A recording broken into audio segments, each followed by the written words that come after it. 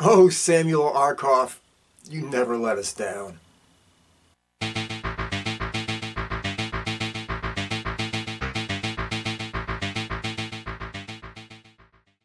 Okay, everybody, today we're going all the way back to 1976 to look at a little film that I actually seen in the movie theaters at the age of 6 years old.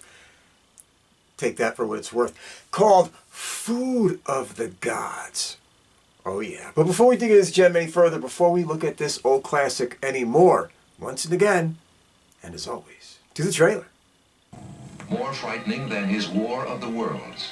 More imaginative than his Time Machine. Now, H.G. Wells' masterpiece of science fiction, The Food of the Gods. The terrifying tale of man fighting for his life against an ecology gone berserk. This is the last chance for an unsuspecting world against harmless animals and insects made huge and vicious by the food of the gods. Marjoe Gortner.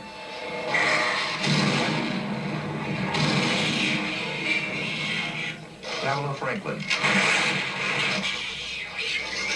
Ralph Meeker. Lupino.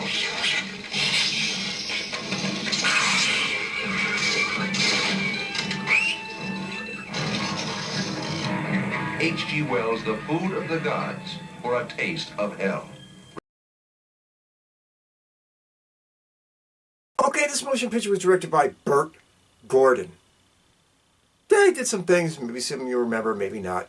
Who cares? Anyway, he did stuff like Mad Bomber, and Necromancy, and Satan's Princess, and the Magic Sword, and the Spider, and the Cyclops, and Picture Mommy Dead, and Village of the Giant, and The Amazing Colossal Man, and along with, a couple others, we're talking about Empire of the Ants. One of my favorites. And Village of the Giants, too. I really love that. But Empire of the Ants was my shit. Okay, everybody, we got a whole lot of people in this thing. Nobody really super famous. Maybe a couple. But we're going to kind of do this in a really, really fast run-through kind of thing. Instead of breaking everybody down bit by bit, we're going to kind of cover everybody. We're talking about one of the first and wildly youngest televangelists ever in the history of America, marrying people when he was 4 years old. I shit you not. Marjoe Gortner. Let's take a look. Of course, he was in Star Crash. He was in Earthquake and Jungle Warriors and Bobby Joe in The Outlaw and Acapulco Gold.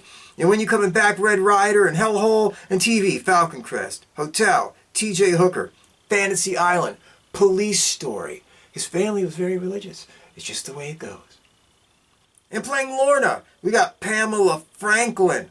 She was in Necromancy and Legend of Hell House and The Nanny and Soon the Darkness and Flipper's New Adventure and The Prime of Miss Jane Brody and tons of TV. We're talking about Vegas and Fantasy Island and Barnaby Jones and Quick Before They Catch Us.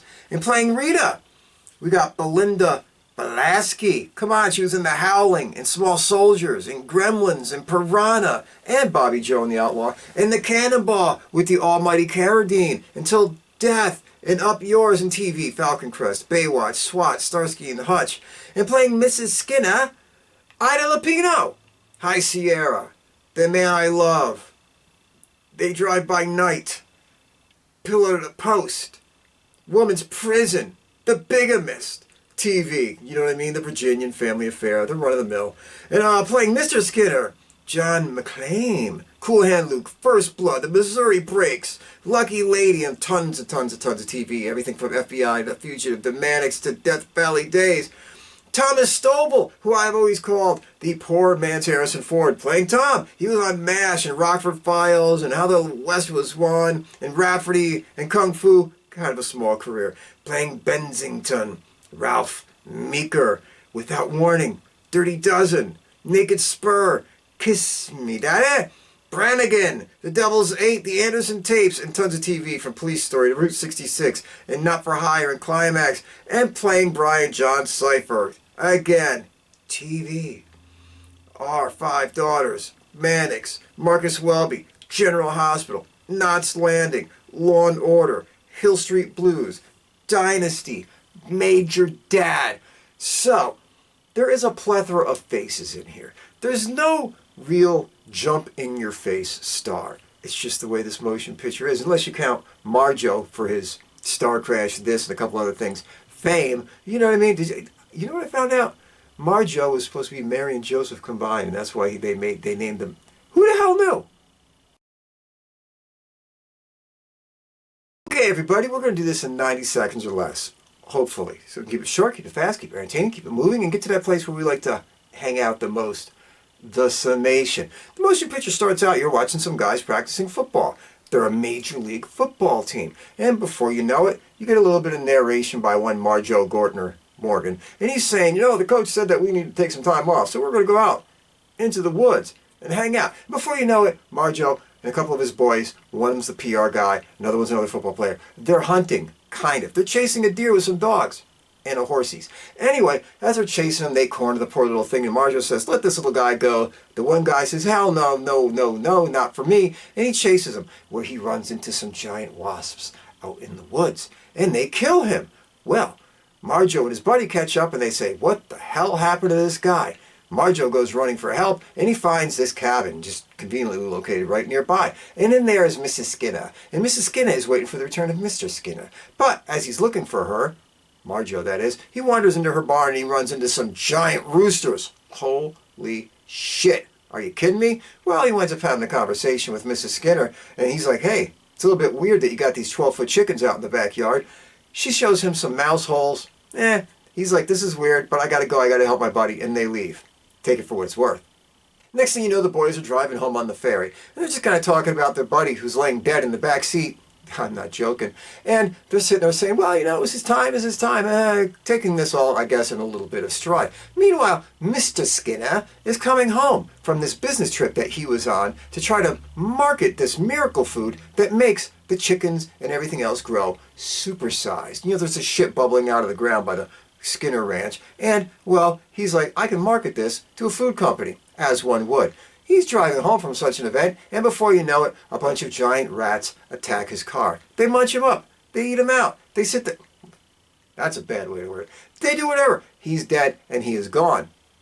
Meanwhile, Mrs. Skinner is being attacked by these giant phallic worms that are attaching onto her hand and trying to eat her hand, and she doesn't pull her hand back. I don't know why, but they're eating on her hand, and then she starts killing them. It is what it is. Cut back to more football practice. You can tell it was shot the same day as they shot the opening scene. Just throwing it out there. Anyway, they're having a discussion. The PR buddy comes back to Marjoe Morgan and says to him, hey, they just found out that our dude that was with us, he died by getting bit by like 250 fucking wasp venom things or something or other. I don't know. And they're like, well, that's crazy. Morgan's like, we got to go back. We got to investigate. His friend's like, what the hell for? He's like, no, we got to go back. We got to investigate. And off they go.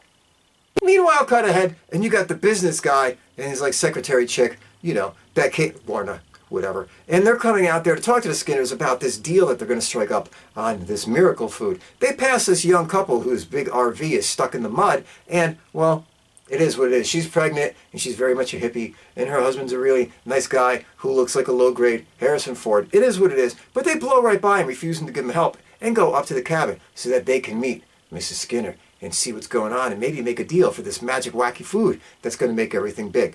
A little while later, you see our boy Morgan, you see his PR buddy, and they come driving by and they're like, hey, we'll give you a hand, but we just got to go up to this house and we'll be right back, blah, blah, blah. It doesn't really make a difference, and off they go. When they get there, they see that Mrs. Skinner and the secretary and the guy there, whatever the hell he is from the food place, they're being attacked by giant wasps where they break out their shotguns and they shoot them out of the sky and they beat the shit out of them. And they go in there and they're like, whoa, what in the world is going on? The business guy, he's like, hey man, you're not getting the rights on this food. This food is my food. I'm going to use this so I can, you know, world peace and save starvation. And he doesn't give a shit about any of that. He just wants money. It is what it is. A few moments later, you know, Lorna, secretary, falls into a mouse hole. They lower Marjoe in there. He has like a running gun deal, shooting at some mice, rescuing her, gets her out. It is what it is. The camper couple, you know, the married hippie girl and low-grade Harrison Ford, their whole house is being invaded by giant mice, and they're like, oh shit, we gotta get out of here. So amazingly, she just runs all the way up this road until they reach that house. Now everybody is in this one house together. Take it for what it's worth. You got the idea of what's going on. Meanwhile, they're all like, how the hell do we get out of here? The business guy's like, let's just hop in the car and get out of here and let's just do what we got to do. We can plow through those things. I got a big like LTD. We can just plaster through them. And Marjoe's like, no, that'll never work. I don't know why. Anyway, so long story short, he decides to take his buddy and go driving around and looking to see what's going on. They find mice are everywhere and he says, I'm going to build an electric fence to hold them in. Or charge the fence that was there. Take it for what it is. Anyway, he's doing that. He thinks he's a genius. His friend is saying, this is stupid. I'm in a Jeep. We're out in the open. We're going to die. Marjoe's like, no, everything's fine. Until his friend gets eaten a few seconds later, proving his fucking point. Anyway, Marjoe then runs back to the house and sees that there's mice everywhere. And he's helping his buddy, well, new Harrison Ford buddy. And they're fighting off all the mice and doing the thing. And then he says to himself, wait a minute. I know what I can do. I'm going to drive up to this dam that I didn't know existed until Mrs. Skinner told me, apparently at some point, that we never got to see. And I'm going to drive up there, and this whole lake is being held by a couple of 4x4s and some 2x8s is holding back an entire Lake Michigan, and I'm just going to blow it up with my homemade pipe bombs, and then we're going to flood all the rats out, and they're all going to die, and we're all going to drive out here the next day in cars that were 8 feet underwater. So, that's the gist of the movie, folks. That's where we're at. Take it for what it's worth. Okay, everybody. Does Food of the Gods work? Well, it depends on what you're really looking for in a motion picture. But if you're looking for a typical Samuel Arkoff, and by the way, this guy, he ran American International, and almost every shit flick exploitation thing from the 60s on all the way through is him. If it had monsters, it had violence, and it had titties, it was an Arkoff flick. You know what I'm talking about? He started off doing the beach movies, then he went to the biker movies, and then he went to like the Land Before Time type movies, and then, yeah, but he did have some real mainstream success with stuff like the Amityville Horror. I mean, come on, that's a big one right there. So he did have some mainstream major league success, but a lot of his stuff was the grindhouse Blackula type stuff. And I got to tell you, I would say probably about a quarter of my movie loving experience as a kid was Samuel Arkoff flicks. Just the way it goes. Anyway, back on track with this. Does it work? Yeah, it does. Not without some controversy. Not without some sheer stupidity. But we'll get to all that in a moment. Anyway, let's get the big three out of the way. The directing. It is what it is. I mean, come on, let's knock off the shit. This motion picture is just one of those things where it's like, it's good enough to be what it is. It's good enough to be the kind of motion picture it is. It's a low. If you like stuff like Without Warning and Humanoids from the Deep, the directing in this will be okay. Is it great? No. Is it proficient?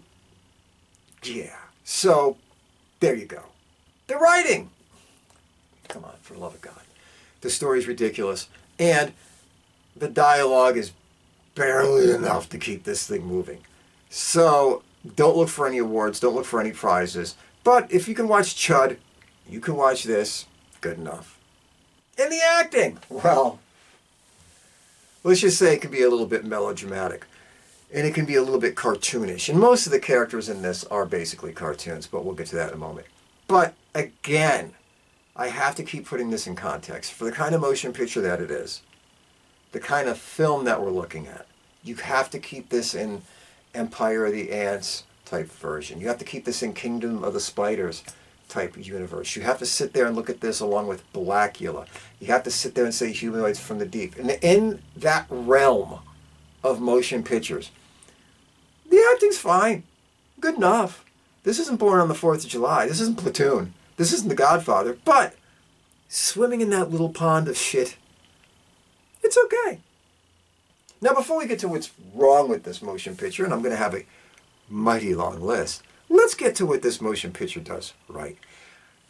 It doesn't waste any time. I mean, we are to the point where we're like maybe 6 minutes into this movie, if you take off the opening credits.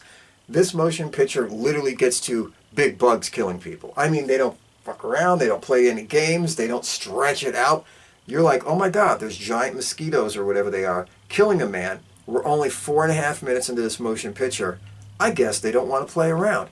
And that's kind of great because you don't give a shit about that much other stuff in a movie like this. You just want to say, hey, let's just fire up the tires. Give me what we're going to get. Let's just get rolling. and give me what I came here to see. And in that realm, they don't come up short. This movie's only an hour and 89 minutes long. And it moves quick. Short flick anyway, but it moves quick. So that's another plus. You don't feel like you're just falling into the woodwork, falling asleep watching something that is dragging you down. You're like, okay, it is what it is, and it's moving fast. There's another plus. In the end, also, it stays true to what it's supposed to be. It doesn't try to, well, without the exception that sometimes the narration gets into this pseudo-nature worshipping type of thing where they're like, you know, mankind will do things and nature will strike back. Whatever, you know what I mean? They threw some voiceover in a couple places to make it seem a little bit more friendly. I don't know what you want to call it. Yes, but other than that, it basically stays true to itself. And what it really is, to be honest, is a we're trapped in here and they're out there movie. You've seen it a million times, whether it was Assault on Precinct 13, whether it was a Night of the Living Dead, whether it was the Alamo. I don't care what it was. Here we are. Something's invading. We're locked in a house. We're few. They're many. We have to fight them off. How are we going to do it? It is one of those kind of motion pictures. Top to bottom, left and right. That's all it is. They just dressed up with a bunch of giant chickens and mice and threw these people in a house and said, okay, you against the masses. Let's go. So the originality of this thing is not at its core amazing by any stretch of the imagination, but it is what it is. It's giant chickens and roosters and mice and bees. You got to enjoy it. Now, what's wrong with the motion picture? There's a lot. Let's be honest. I mean, come on. First off, except for a couple of the puppet mice and everything like that, the special effects in this thing do not hold up over time. I mean, you can tell there's so many things in there. You're like, oh my God. You could tell that's just like an overlay of the giant mosquitoes because you can still actually see through them to stuff in the background. So you're like, well, that doesn't look really good. You can tell the house at some point is just literally a play set. Some of it just painted on flat pieces of wood to look like there's windows in there and shit. You get it. There's a zillion forced perspective shots where half the screen is somebody standing there with a gun and the other half the screen is mice filmed on a play set in its best Night of the Lepus mismatch. They throw it together and there's points where it absolutely looks like shit. You can't get over that. It's there. In a 1976 mindset, you're like, okay, I can see it, but not that bad. In a modern day mindset, you're like, my God, this looks like shit. But there's a charm in that because you're like, okay, they made something out of nothing. Let's just go with it. Also, nobody acts like this in real life. Nobody would act like this in real life. Let's knock off the shit. Everybody in this thing seems to be a little bit aloof to what the hell is going on. I mean, you're out there with your buddies and one of them gets stung by something and his face turns into a giant prune and you just throw him in the backseat of your car and you're driving home like, well, it was his time. You know, people are taking a lot of shit in stride. Marjoe finds that there's a house with 10-foot chickens in it and he's being attacked by them. They rip up his coat and everything and somehow that just kind of rolls off his back. I mean, it's not like he's in the car on the way home saying, Jesus fucking Christ, man. Did you see that shit? There's giant fucking chickens. He just says, hey, lady, you got some big chickens. None of this is even cohesively in any way the way human beings would react in a situation like this. Not in one point in this motion picture at all, beginning to end. Then you have to throw into the fact that your hero, Marjoe / Morgan, basically keeps making the wrong decisions. Which is the funny part of the motion picture, really. Every time somebody says something to him and they're painted out to be an asshole, it's like, no, he decided to do the opposite and shit just kept getting worse. I laugh at it. There's actually one point in the movie when the guy says, what makes you keep thinking you're right? He goes, yeah, I mean, well, things just keep going right. And he's like, well, maybe I'm not. I mean, and he's not. They should have gotten the big car and driven the fuck out of there. But no. They should have just stayed in the house. He didn't need to run around trying to make fake fences and all this other kind of stuff and electrical charging. His buddy got killed. He routinely makes the wrong decision. And then somehow in the end of this motion picture, they just came up with the idea, well, we're just going to flood everything.